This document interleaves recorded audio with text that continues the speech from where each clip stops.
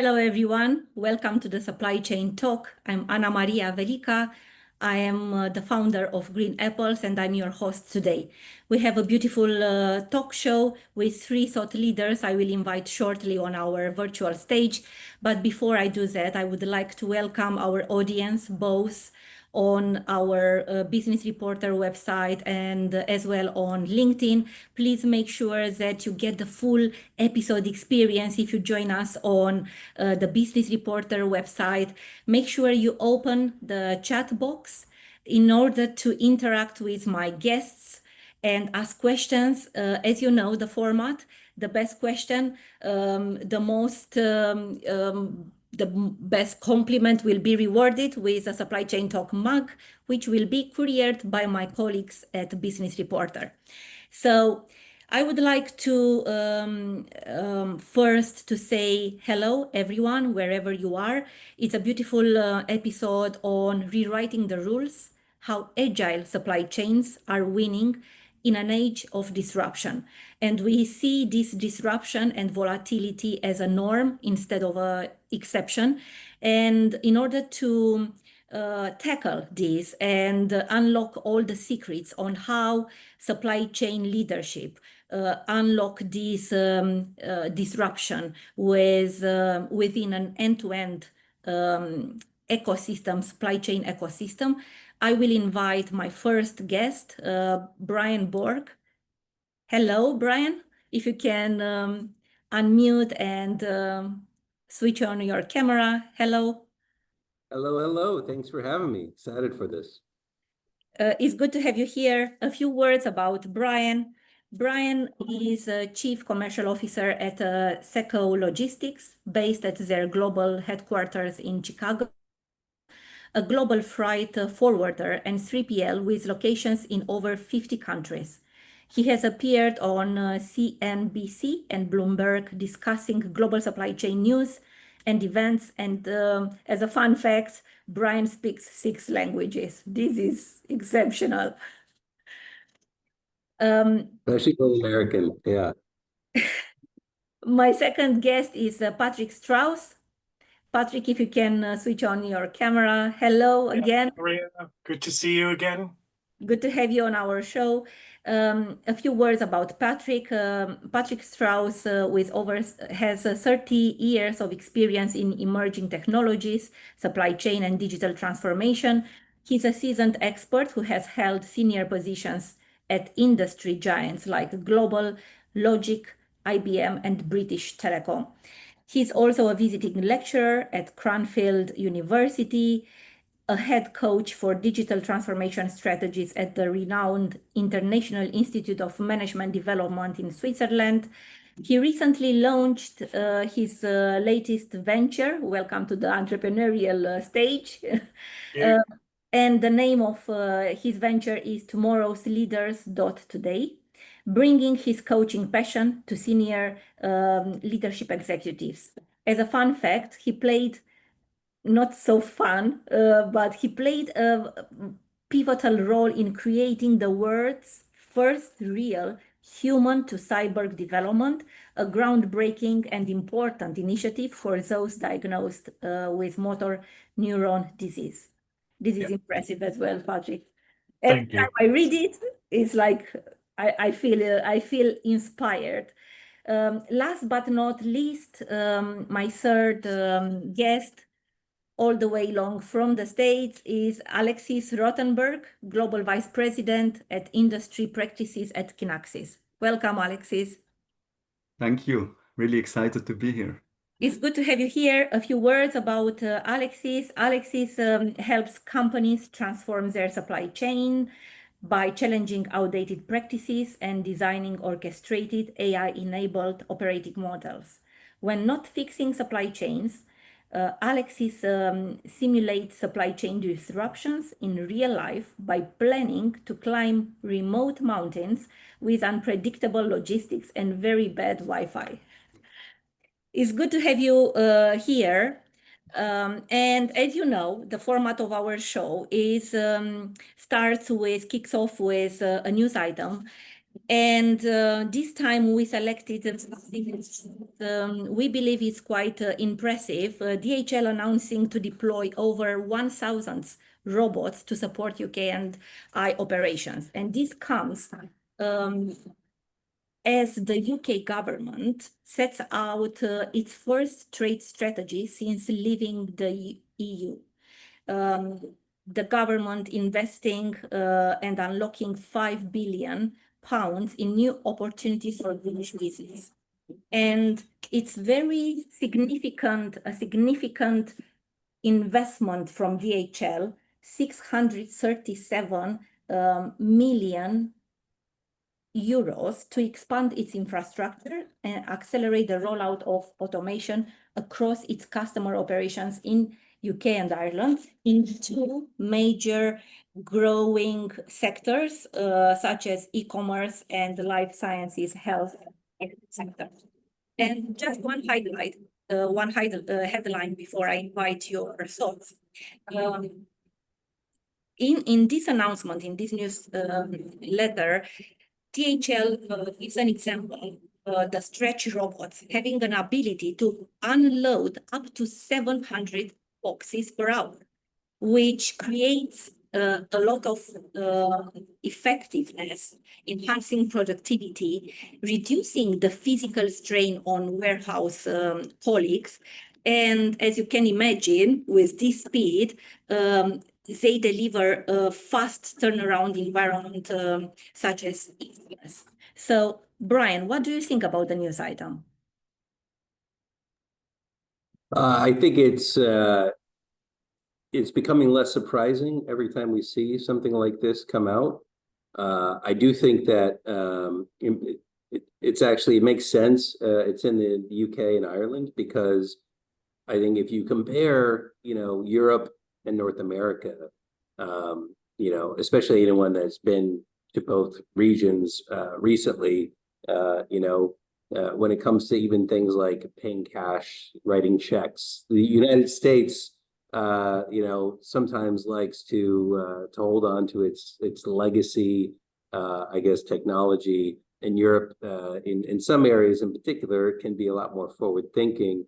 But of course, the UK, especially not being in the EU, is able to kind of, row their own boat a bit. But automation and robots, if anyone didn't think they were the future, I think this is just another nail in the coffin of that theory, because it is, and we're not seeing it replace workers. In fact, we're seeing it make working in warehouses safer.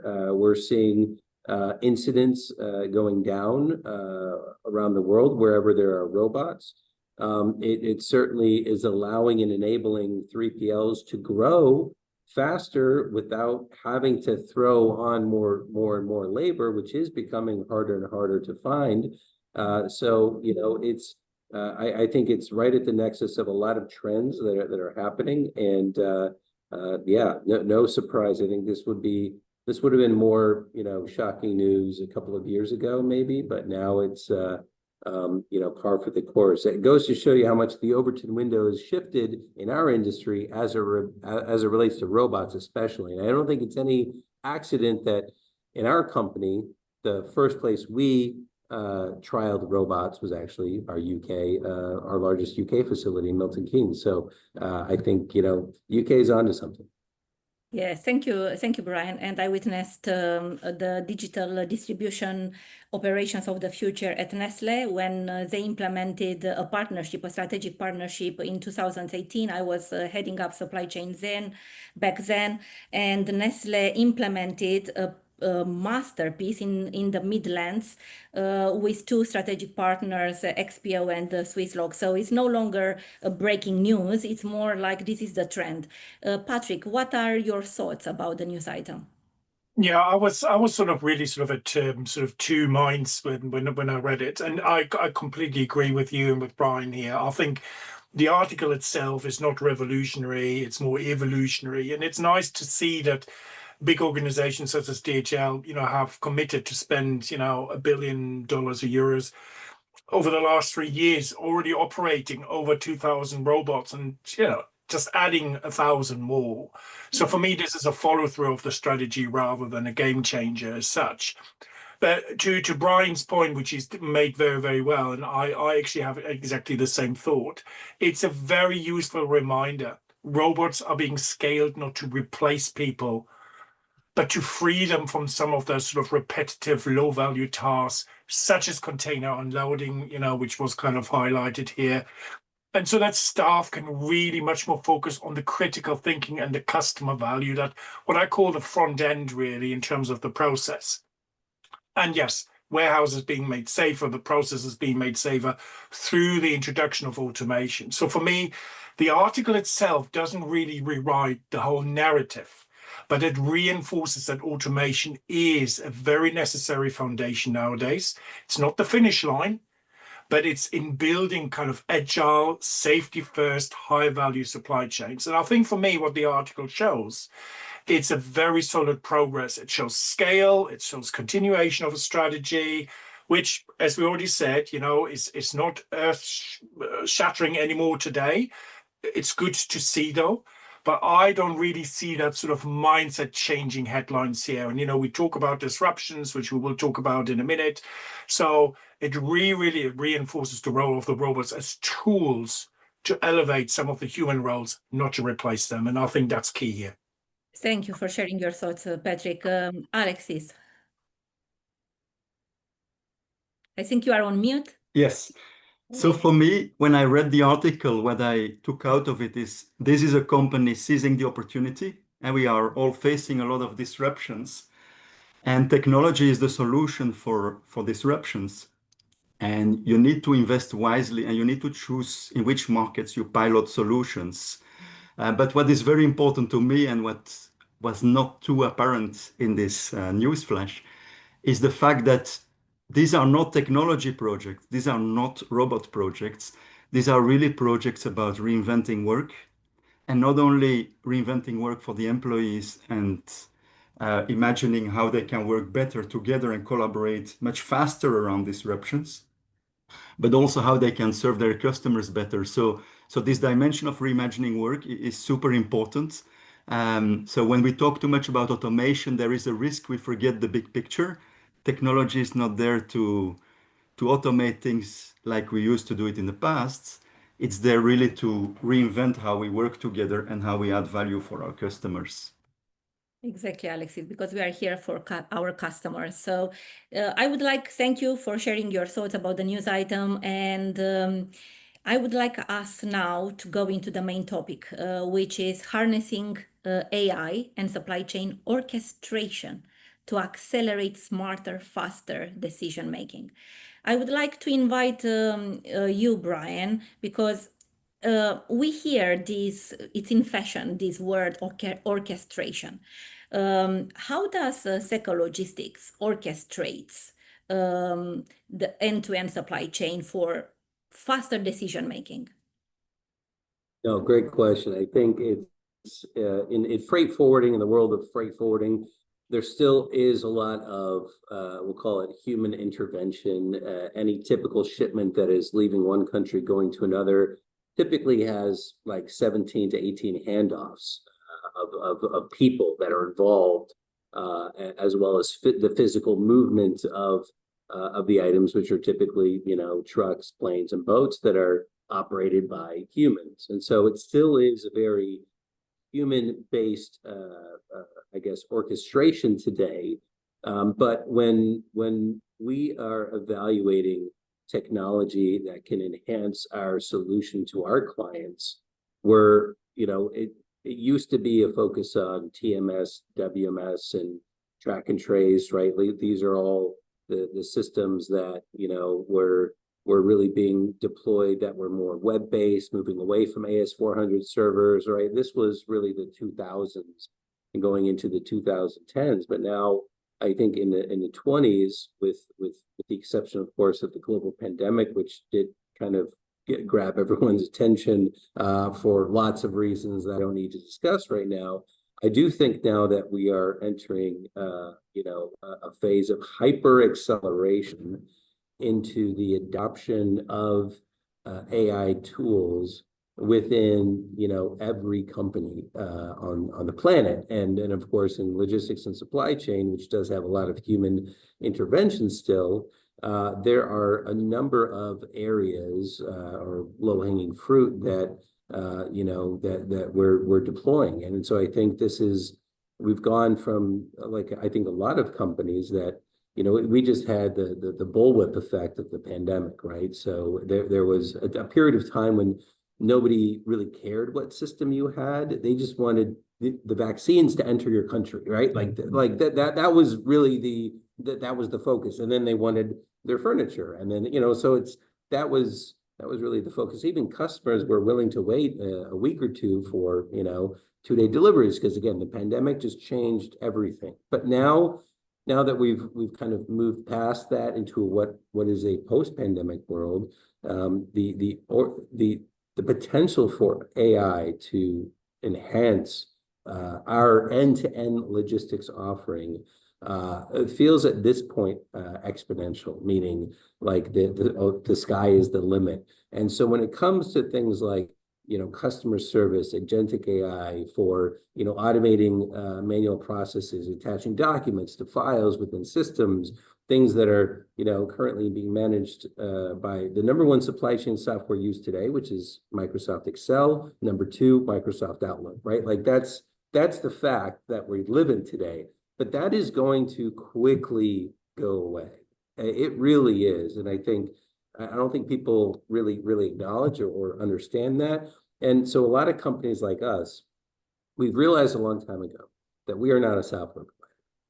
We're not. We have a great team in Seco that does deploy software.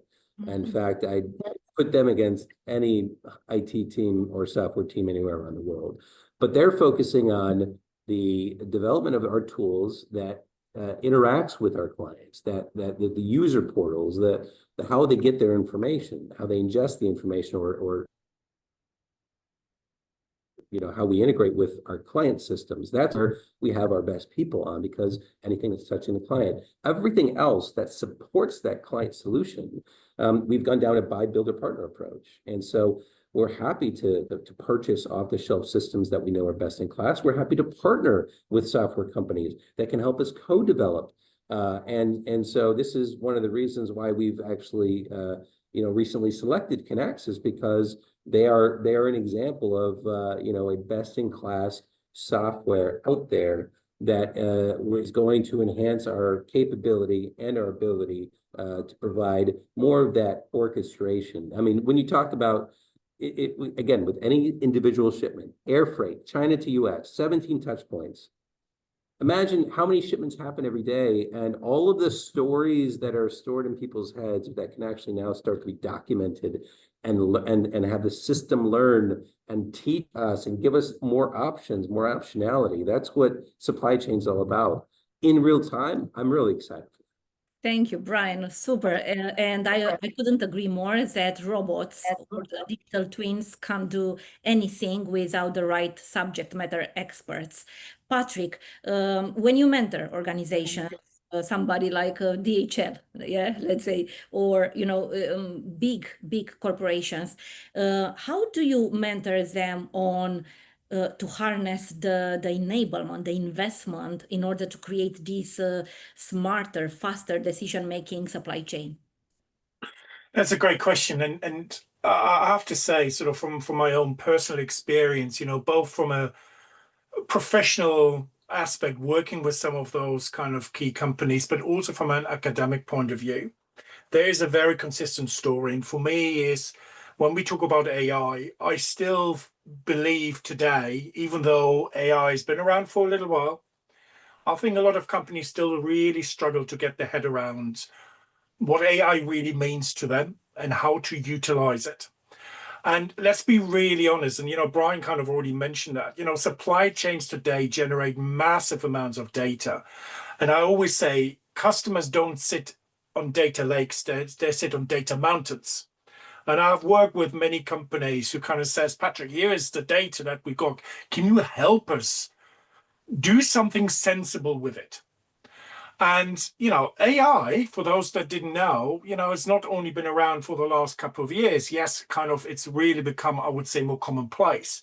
But actually, the history of AI is going way back to the 1950s. In fact, actually down to kind of the Turing test, which is kind of seen as one of the first sort of AI applied use cases. But really, what we haven't seen is really supply chains adopting this. And one of those things is really, what is it you're trying to drive? Yeah, you mentioned a key word just a second ago, Anna, which is digital twins. Yeah. The amount of digital twins that I've seen companies investing into, for all the wrong reasons, because they're very narrowly focused on one process, one business unit, but it doesn't really kind of allow kind of the majority of organizations to very much really capture the value of what AI can do and the whole orchestration around it. So what we kind of see is massive amounts of data, but very, very little orchestration and understanding of the value that we can drive. But there's hope. There's a lot of companies, and I mentioned probably just one or two here, that kind of really, really do well. One of them is Amazon. And Amazon, has done they have dedicated AI teams, etc. But I think they've got two things that really strike me. One of them is kind of really using machine learning to cut forecast errors of supply chain by around about 20%. But also, they know you as a customer, as an end customer, probably way better than you know yourself in terms of your purchase history and what you most likely got to put in your basket. And there's a lot of AI usage behind the scenes for them to know what products to place as close to you in the supply chain. And the second example is Zara. So the clothing and retail manufacturer, and they use AI systems to kind of spot trends really, really quickly. And that allows them to kind of enable a 3-week turnaround instead of 3 months. So agility and understanding of how and what you do with the data is so important. Thank you. This is crucial. Alex, is anything else you would like to add in terms of Yes. Yes, I think we need to really clarify what we mean with orchestration. And for Kinaxis, orchestration was in our DNA from the first day the inventors of the technology started their journey. And orchestration is really about making collaboration happen between different departments. Businesses, organizations, and in particular supply chains are very siloed. And in every silo, everybody has a different plan, different goals, and in execution, then they don't follow the plan. So you have a lot of misalignments between different departments, both on the planning level and on the execution level. And very early on, actually, the founders of Kinaxis, they created a technology that would allow different silos to collaborate seamlessly. And they coined the concept concurrency. And we started our journey in planning because in planning, it's more easy to define how people should collaborate. You should start with the forecasts. You should do demand planning, then supply planning, and then you manage your inventory and you have your S&OP pros. So it was an easy way to get into this orchestration game and to offer the market solutions that allow collaboration across silos. But now that the world is accelerating and that disruptions are hitting us much faster, orchestrating planning is not good enough. So what Kinaxis did almost 5 years ago is starting to look at orchestration across planning and execution. We put planning and execution in one roof. And now we have a lot of departments collaborating because you have all the planning teams trying to align their work, and you have all the execution functions trying to align their work. And the carriers, for example, who work in different systems have the same problem. You have a lead logistics service provider, then you have the carriers, they all have their different systems, they are all misaligned. So we have a unique opportunity here to bring the orchestration capabilities and knowledge that we developed across planning and execution to the next level, because AI is really helping now to make that much easier to solve that complex problem. Thank you, Alexis. I think it's crucial, and I think it's important what you said about and defining what orchestrations means in order to have this fast decision-making process. And also, let's do not forget about jointly business planning jointly, joint forecasts with customers, corporations, Exactly. and we see Tesco jointly partnering with big corporations in order to accurately forecast and to avoid shelves being, out of stock and shelves being wiped or being out of stock. So I think these orchestrations is internal focus and external as And well. external. So really, really amazing point. When we talk about building connected ecosystems for end-to-end supply chain visibility and agility, what's your understanding from your experience, Brian? Any example you would like to offer? No, it's interesting when you hear us talk about, the impacts of technology on supply chains and planning, right? I mean, Mike Tyson said it best. It was almost like he was a logistician during the pandemic, but everyone's got a plan until you get punched in the face, right? And I feel like we've been punched in the face every year for the past 5 years. And a lot of that is, especially the examples that Patrick mentioned, these are actually no longer focused on supply, but rather demand. Yeah. And when it comes to orchestration, it's actually more about better matching supply with changes in demand. And because that's the end game, right? You, in an ideal world, you would have like no need for a warehouse because the items coming in are being matched perfectly with clients that are wanting them at the exact time that they want them. Obviously, that's impossible right now. So that's why we do have warehouses. However, when it comes to orchestration, it is about demand now. And in fact, I think you're going to hear people talk more about demand chains rather than supply chains because it's building a network and a solution around next day shipping.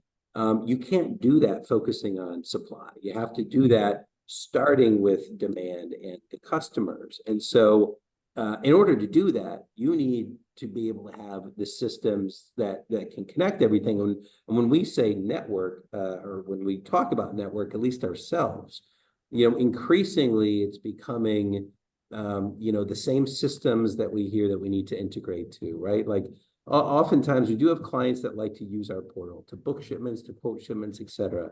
But many times they have already, especially the larger companies, the enterprise companies, they've either built their own systems in-house or they use off-the-shelf systems.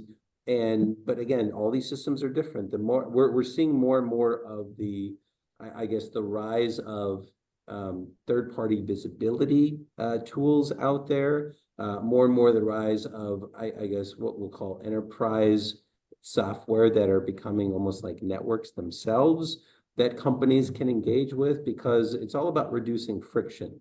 Because importers, exporters, they're looking to diversify sourcing. They're looking to diversify, transportation providers. They're looking to diversify to de-risk.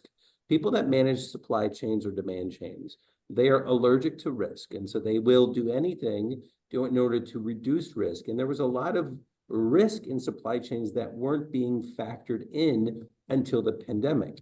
And so now we've seen I think movement the other direction.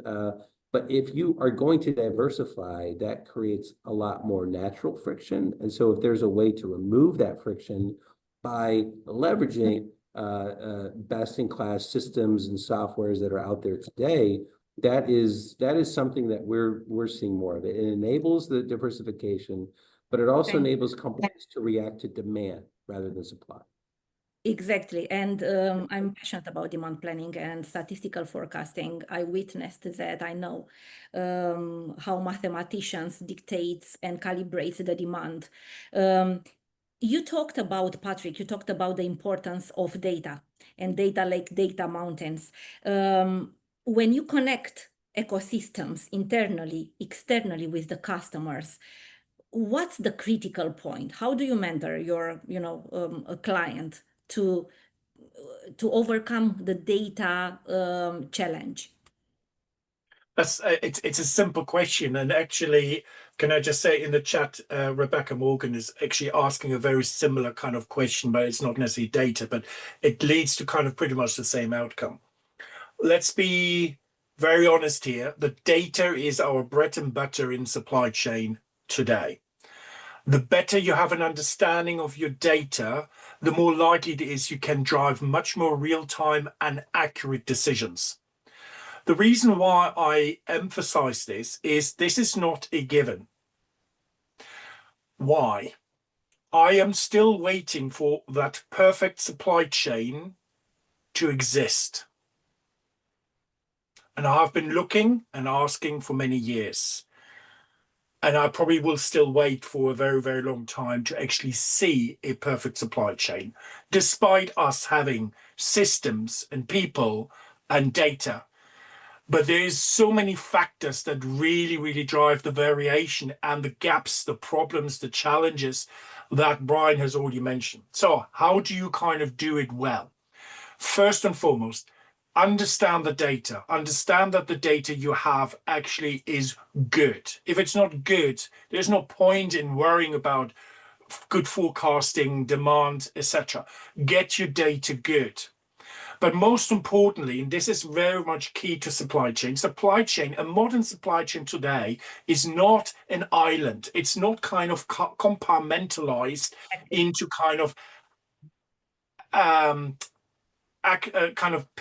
stakeholders in the supply chain.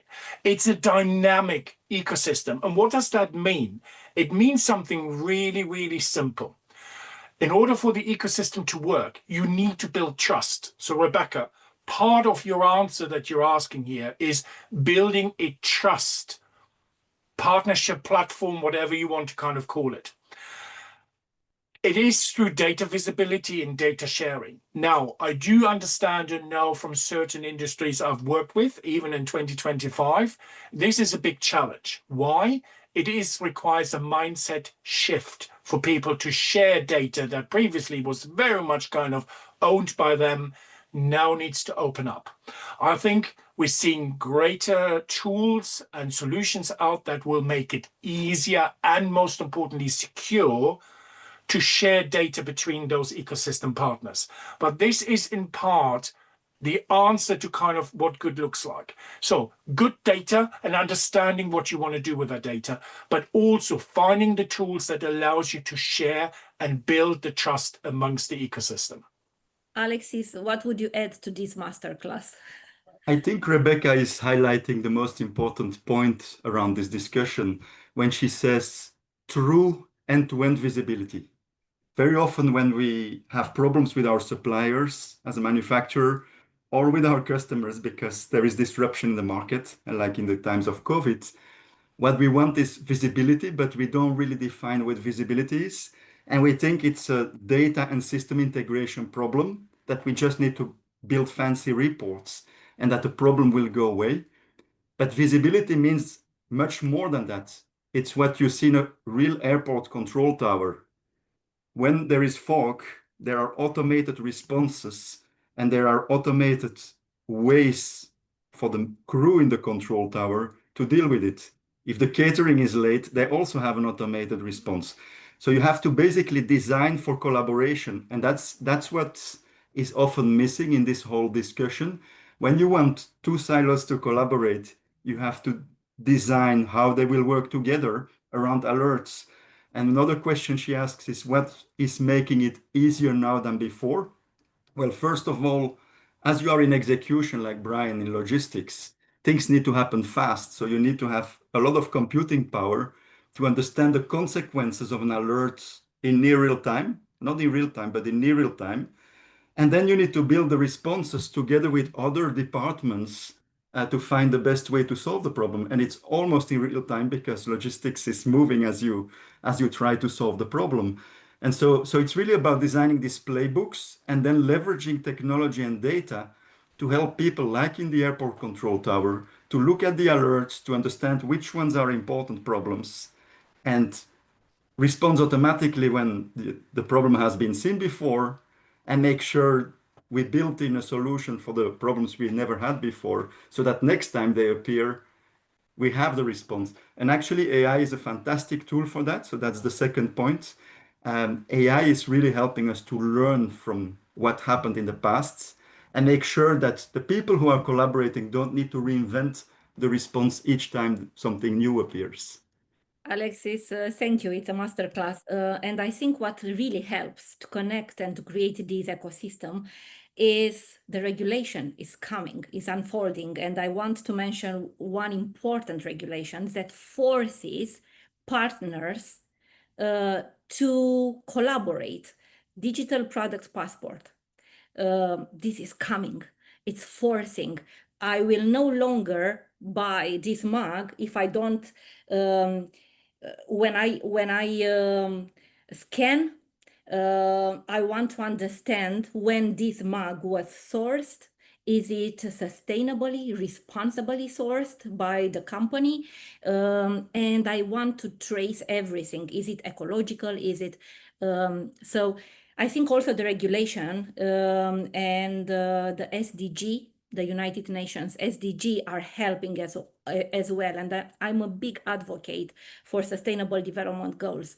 Brian, do you think that if let's say in a perfect world, because I don't think we will ever witness, Patrick, a perfect supply chain. I believe this is utopic because operations is the definition of supply chain. So we need black swans, but we need to be agile. We need to have the right robust processes and the right enablement and the right people in order to tackle these black swans. So now going into the last topic, turning disruptions, because this will come.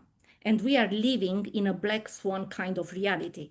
How do we turn these disruptions into a competitive edge? Siko, if you can, give us an example. Yeah, well, I mean, hell, you don't have to look very far than here in the United States with our, we'll call it constantly evolving trade policy as it relates to tariffs, which are really causing a lot of, I guess, concern for companies that do import into the United States because of the uncertainty with where, the tariff amounts by country will ultimately end up for any long period of time or undetermined amount of time. So it's becoming a real-time challenge for any company doing business in the United States today on how to account for an additional cost, which you don't know what it's going to be. The only good news that I think everyone that does business in the United States has to lean on, which is these tariffs impact everybody. So it's not like, your competitor is getting, a sweetheart deal, but your competitor is maybe they have a better supply chain design. They have better systems that can help them to match supply to demand. And ultimately, I especially whenever you hear about AI or any resistance to AI, it's pretty clear that AI is not going to, replace our jobs, at least anytime soon. Who knows in the distant future? But what we are seeing and what we're saying and what I'm seeing really in real time is, you will be replaced by someone who is using AI if you're not going to use AI. So, that's I think that's definitely something that companies should be looking at, again, especially if you're importing into the United States or you are manufacturing in the US with components being imported into the United States. You are dealing with this in real time right now. And it is a bit of game theory to figure out how to best optimize. But that diversification that a lot of US companies already did has put them on a better position right now versus companies that did not diversify or implement a China plus one strategy. But it's not like there's any safe havens yet on countries that are guaranteed to provide a lower tariff amount. So it is a challenge. This is the perfect example, though, of one that is happening in real time. Thank you. Time flies quickly. We have a question from the audience, from your notes. I would like you, Patrick, to answer that. How do you address customer resistance to automation, removing manual data handling and automating data processing for an established warehouse system? What are the best examples to drive adoption when you mentor organizations? Yeah, so I use a keyword here that I think comes up and has come up already in our conversation. That's mindset and culture. Yeah. If a particular environment is resistant to change, it is always very difficult to change that, certainly not overnight.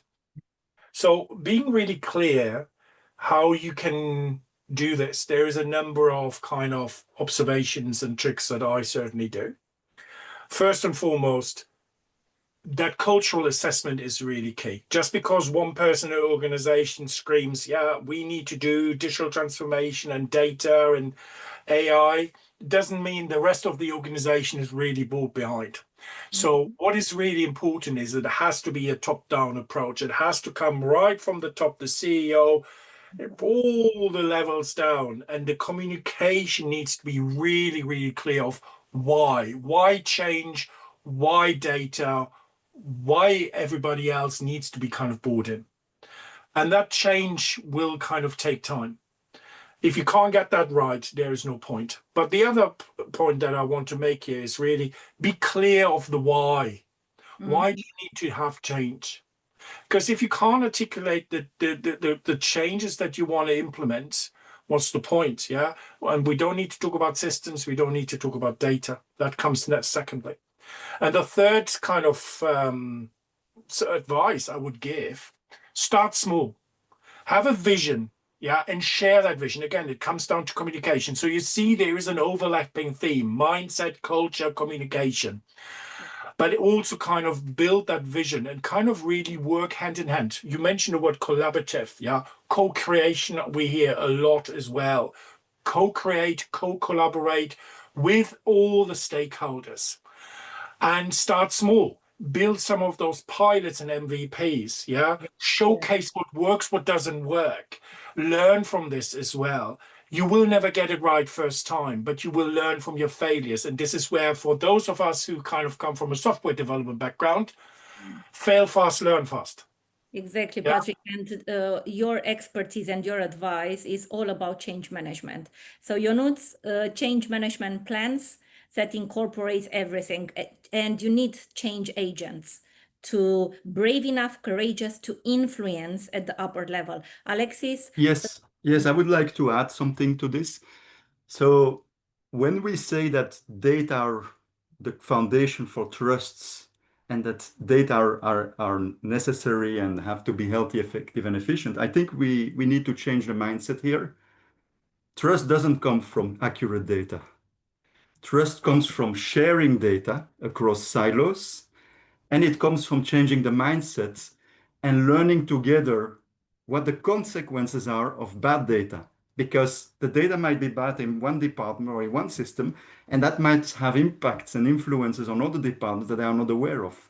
But if you change the culture and you say, we know the data are not good, but we are going to share, we are going to use the same data to solve our problems across departments, and we are going to continuously improve so that the teams can work better together, and you move into a continuous improvement mindset, then data is not a blocking point anymore. It's an opportunity to learn, to improve together, and to tighten the collaboration. I love it. It's the change, is the mindset, growth mindset, and Yes. continuous improvement. And many companies, I had the chance to work for big corporations. It's no-brainer. They all implement problem solving and continuous improvement mindset. So time flies quickly, and we know always, please be brief, because otherwise I need to cut you off. Just one closing thought for the audience to take away in terms of rewriting the rules, becoming more agile and more transparent. One closing thought, very brief, Brian. The two examples that Patrick mentioned of supply chains that are best in class, I want to remind everyone that not any one company can do it all, not even them. And so collaboration, partnerships is so key, and especially when it comes to technology and software, because if you pick the right one, you can go far. Thank you. Thank you. Patrick, your closing thought. So I'm going to do something unconventional, Anna, so bear with me. The closing thoughts I'm going to give you is, in today's volatile disruption that we all live supply chain wise, the winners won't be those that just prevent every disruption, but those that use disruption as a springboard. But here is a call to action that I want to give the audience. So listen carefully. I'm going to give you a simple challenge. By the end of next month, i.e. August, gather your core team, pick one disruption you faced in the past year, whether it be a freight strike, raw material shortage, whatever, and ask yourself as a team, if you had a total real-time visibility, AI orchestration, and ecosystem alignment, how differently could you respond? Use and build those kind of responses and use it as a blueprint to redesign your future disruptions and processes. Be careful what you wish for, because you can get a homework from Patrick. So amazing. Alexis, your closing Yes. thought, please. So for me, my key takeaway is a little bit what I said in the introduction when we looked at the DHL case. I think we have a tremendous opportunity right now to reinvent work. And it's about creating a new playbook about how different parties in logistics, in our case with Brian, collaborate to add more value to the customers, use AI to automate what can be automated, and leave more time for planners and logistic experts to work on what really matters. The demand changes, the network design problems, and other topics that Brian mentioned. There are a lot of big problems to handle for planners and logistics experts. You don't want them to be bogged down in day-to-day firefighting. Thank you, Alexis. From my side, I would encourage the supply chain management, supply chain leadership to implement lessons learned. And it seems like no-brainer, but it's exactly what you said, Patrick. Look at when you failed and what are the lessons learned in order to prevent and fix quickly. The winner of the supply chain talk goes to is Yonuts, of course, for the very beautiful question. And I would like to thank you all. This is a master class. It's not enough 50 minutes to discuss.